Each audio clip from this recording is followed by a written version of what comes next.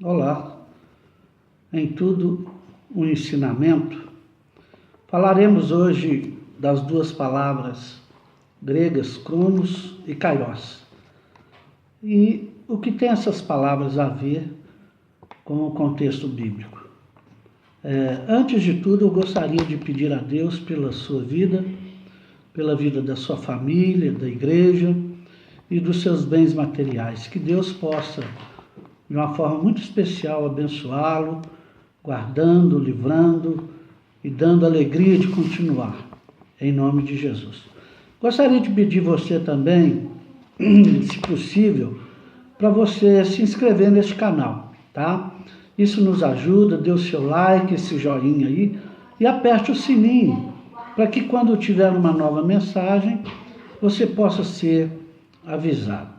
Bom, seria muito simples eu começar a falar das palavras, mas eu gostaria de dizer antes uma história sobre o Império Grego.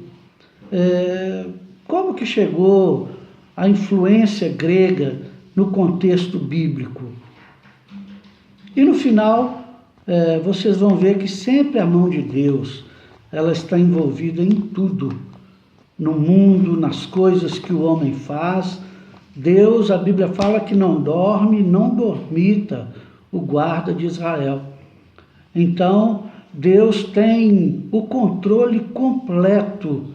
A Bíblia diz que não cai uma folha de uma árvore que Deus não saiba que ela caiu e o porquê que ela caiu. Então, nós temos que ter a certeza que Deus está no controle. E eu queria falar desse império porque vocês vão ver uma história maravilhosa que pouca gente conhece no contexto bíblico do Império Grego, do porquê a Bíblia foi traduzida do hebraico para o grego, o porquê o Novo Testamento ele é escrito basicamente em grego, né? Tendo também muita coisa do aramaico, e também falar sobre Jesus falava qual língua ou quais línguas. Vou trazer isso também, mostrando os irmãos, os queridos amigos, como tudo tem a ver. Nada está ao léu, nada. Existe Deus em todas as circunstâncias do mundo. Então, o grande nome do Império Grego, sem dúvida nenhuma, foi Alexandre Magno, né? Embora sendo ainda jovem, um grande monarca, mas teve um berço de conhecimento, de ensinamento com os maiores filósofos e entendidos da época, né? E isso fez com que ele crescesse com um conhecimento muito grande, principalmente da área bélica, né? E também a área cultural, porque, na verdade, a cultura grega, até hoje, ela domina o mundo. A cultura grega está presente no nosso século e sempre esteve. Então, no apogeu da Grécia, lá para o século V, IV antes de Cristo, começou a desenvolver, e a Grécia começou a expandir o seu território, uma vez que, se você for olhar o mapa da Grécia, você vai ver somente montanhas e ilhas e mar, né? Então eles não tinham território para plantar, eles não tinham lugares específicos, rios, né? Não tinham. Então é um país que era escasso disso. E eles começaram, dentro dessa dificuldade toda, conquistar as nações, né? Então agora eu já vou trazer lá para quase que já no finalzinho do Império Grego, o que aconteceu com o grande imperador, né? Alexandre Magno, né? Porque é ele que Deus usou para mudar a situação. E como eu disse, Deus está à frente de tudo. Então, ele foi começando a dominar a Ásia Menor, e o grande império da época era o Império Persa. E naquele momento era Dario que era o imperador, não é? E, para você ter uma ideia, o Império Persa ele tinha 800 mil soldados. O Império Grego tinha em torno de 40 mil soldados. É uma diferença alarmante quando nós falamos de guerrear, né? Mas aí existe a diferença, e vocês vão ver que quando Deus está na frente, tudo funciona. Então o que aconteceu? Quando Alexandre começou a tomar a cidade de Tiro, ele foi para Gaza e tomou Gaza e estava para tomar Jerusalém. Quando ele chega perto de Jerusalém, o povo que estava lá, Manassés, que era o líder, né, da cidade de Jerusalém, o povo começou a tremer e falou assim: nós não temos outra solução, então nós vamos fazer o quê? Vamos buscar a Deus. Então toda Jerusalém voltou para Deus, e Deus respondeu. Deus falou assim: olha, não tem como lutar com esse império. O que vocês vão fazer? Se humilhar. Porém vocês vão fazer o seguinte: pegam todos os sacerdotes, todos os homens de Deus, para que eles possam fazer uma recepção, e uma recepção religiosa.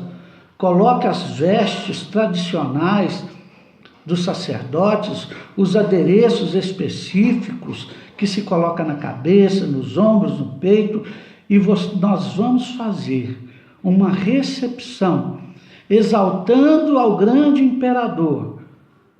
E assim foi feito.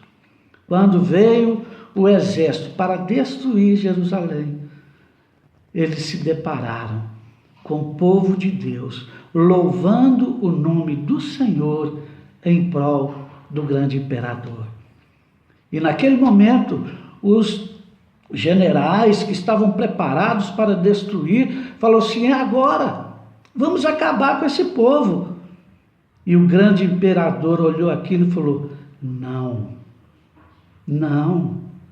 vamos ver o que acontece. E ele viu aquele momento. Quando ele viu aquele momento, ele aceitou aquele louvor. Ele aceitou aquele povo, aquela adoração.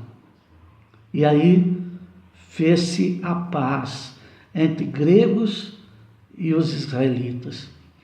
E a cidade que era para ser destruída, ela foi preservada. E além de tudo, ele aceitou os cultos, a forma de viver de Israel. Não mudou nada. E passaram a ser amigos, aliados. E depois daquele momento ele chamou todo mundo e houve um louvor ao Senhor no templo do Senhor. Da forma que os judeus faziam. Ele sendo helenista, um heleno grego, ele adorou o nome do Senhor. E naquele momento ele falou assim: eu vou contar para vocês o que aconteceu. Quando eu estava lutando, quando eu ia lutar com o Império Persa, com 800 mil soldados, eu com 40 mil, meu coração fechou. Mas em visão, eu tive a visão desse momento dos sacerdotes vindo, a mesma coisa. E no meio dos sacerdotes eu ouvi a voz de Deus. E Deus dizia assim para mim: pode ir, porque eu estou contigo. E embora a grande diferença de soldados, eu darei o Império Persa nas suas mãos. Então, amados irmãos, Deus abençoou Alexandre Magno. Deus abençoou o Império Grego. E depois o Império cresceu. Foi tomando ali, aqui, e virou o grande Império Persa. Magno, ele morreu novo. Morreu com 33 anos de idade.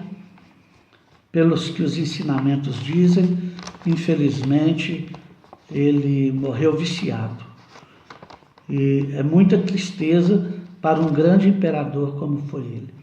Então, essa história eu trouxe para mostrar a vocês que Israel começou a conhecer o idioma grego.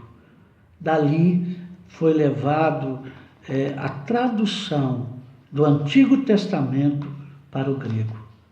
Em Alexandria, no Egito, foi chamado de Septuaginta, onde vários homens de Deus, sacerdotes, homens voltados, profetas, traduziram o Antigo Testamento para o grego. Depois nós sabemos que o Novo Testamento foi também escrito na linguagem grega. E daí, queridos irmãos, o grego começou a ser a língua mundialmente falada.